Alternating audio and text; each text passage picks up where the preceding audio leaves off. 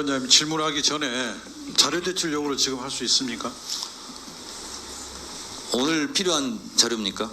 그렇지는 않습니다. 그러면 끝나고 해주시죠. 네, 알겠습니다. 질의해 주시죠. 위원장님, 방금 위원장님께서 말씀하셨던 그 질문 이거 좀 멈춰 주십시오. 정정이 좀 필요해서 10초만 말씀드려도 되겠습니다. 나중에 정정할 시간 드리겠습니다. 질문하시죠. 예, 김기현 변호사님 잠깐 나와주십시오. 자, 이 화면을 보면 말이죠. 12시 7분에 대통령이 장관에게 전화를 하고 그 후로 임기훈 국방비서관, 이시원 공직비서관한테 전화한 다음에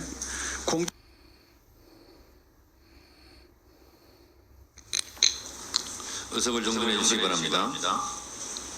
성원이 되었으므로 회의를 속기하겠습니다.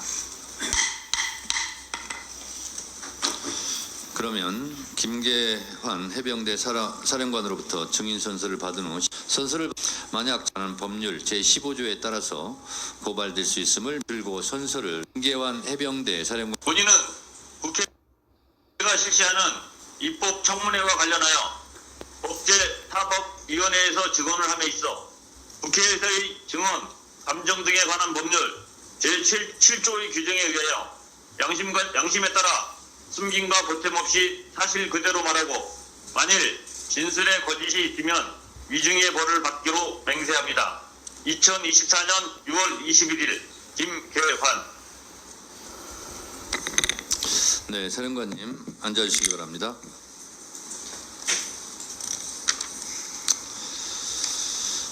다음은 위원님들의 신문 순서입니다. 신문 시간은 주 질의 순서대로 신문을 하는 것은 아닙니다. 자유롭게 해주시되 주로 김계환 증인에게 신문은 집중해 주시면 고맙겠습니다. 그러면 이건태 위원님 신문해 주시기 바랍니다.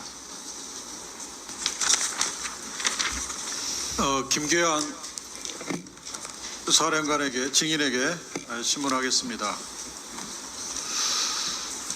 증인은 7월 30일 오후 4시 30분 박종훈 수사단장과 함께 이종섭 국방부 장관에게 수사 결과를 보고할 때 이종석 장관이 뭐라고 얘기했는지 기억나시는 대로 얘기를 좀 해보세요. 얼굴을 좀 올려달라고.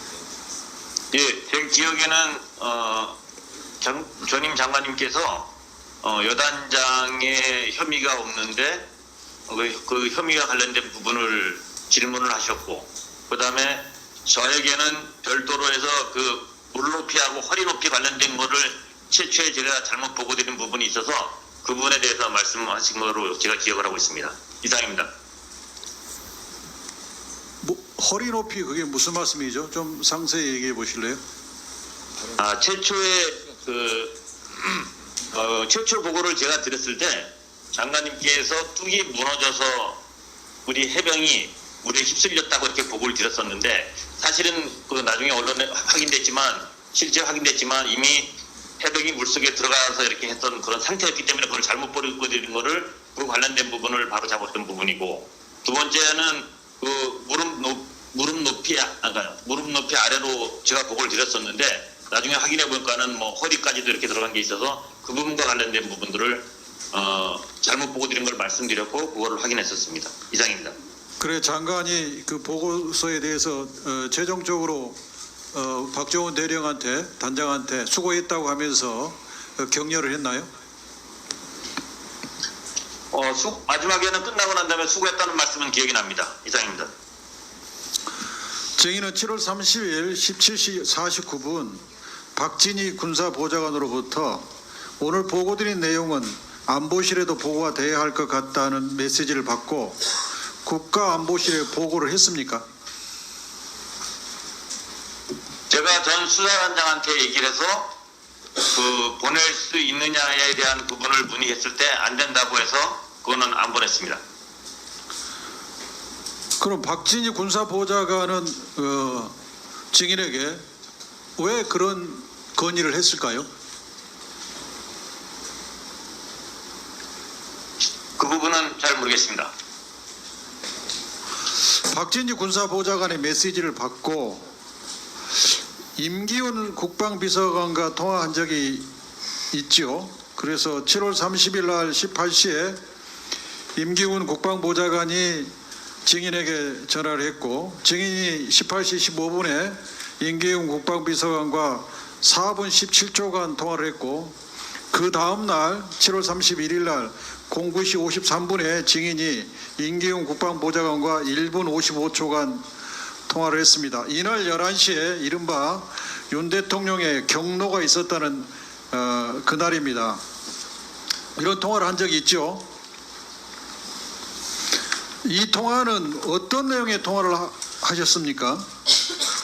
그때 통화와 관련된 내용은 좀 정확히 기억은 나진 않습니다. 단지 아마 최상병 사건 관련된 부분과 관련된 통화는 있는 것 같은데 방금 위원님께서 말씀하셨던 그런 통화 내용은 정확히 기억나진 않습니다. 증인, 그 전에 있었던 7월 30일 날 장관께 보고했던 내용은 장관이 박 단장에게 수고했다고 격려를 했는지 아니면 뚝이 무너져서 사고가 났는지 물에 들어가 났는지 물에 무릎까지 들어갔는지 허리까지 들어갔는지는 다 기억이 나는데 그 후에 있었던 국방비서관하고 용산 대통령실에 있는 국방비서관과 3번의 통화를 했는데 그게 기억이 안 난다는 게 말이 됩니까? 제가 위원님께 말씀드렸던 부분은 저는 기억력이 좀 부족해서 많이 메모를 하고 그랬던 부분이 있어서 그 메모했던 부분을 중점으로 해서 오늘 여기 증인으로 나오면서 그런 사항들을 다시 한번 봤기 때문에 그 부분을 말씀드린 부분입니다. 7월 31일 오전 11시 57분에 박진희 군사보좌관이 증인에게 전화를 해서 이종섭 장관이 경찰 이첩 보류 및 언론 브리핑 취소 이것을 지시했다는 전달을 받았습니까? 장관님으로부터 직접 지시를 받았습니다. 아, 장관하고 직접 통화를 했어요? 예, 전화기는 군사보좌관 전화기지만 아, 그렇죠. 예. 장관님께 직접 지시를 받았습니다. 그때 장관이 지시 내린 것이 어떤 것이었죠? 처음에는 이거는 국회 설명, 언론 브리핑 취소, 그다음에 이첩 보류 지시, 요 3가지였습니다. 자, 그러면 그 전날 장관이 결재를 했는데 갑자기 이첩 보류 지시하고 언론 브리핑 취소를 지시하면 왜 그럽니까? 라고 물어봤을 거 아니에요? 저는 이게 원래 14시에 1시 반부터 국회 설명이 계획돼 있었고 14시에 언론 브리핑이 계획돼 있었던 거기 때문에 12시쯤에서 했기 때문에 조금 그냥 그 이유 물어볼 것이 아니라 현장에 나가 있는 저희 인원들에 대해서 전파하는 게 우선이라고 해서 그때는 관련된 사실을 물어본 적이 없습니다. 이상입니다. 네, 수고하셨습니다. 다음은 박은정 의원님 질문해 주시죠.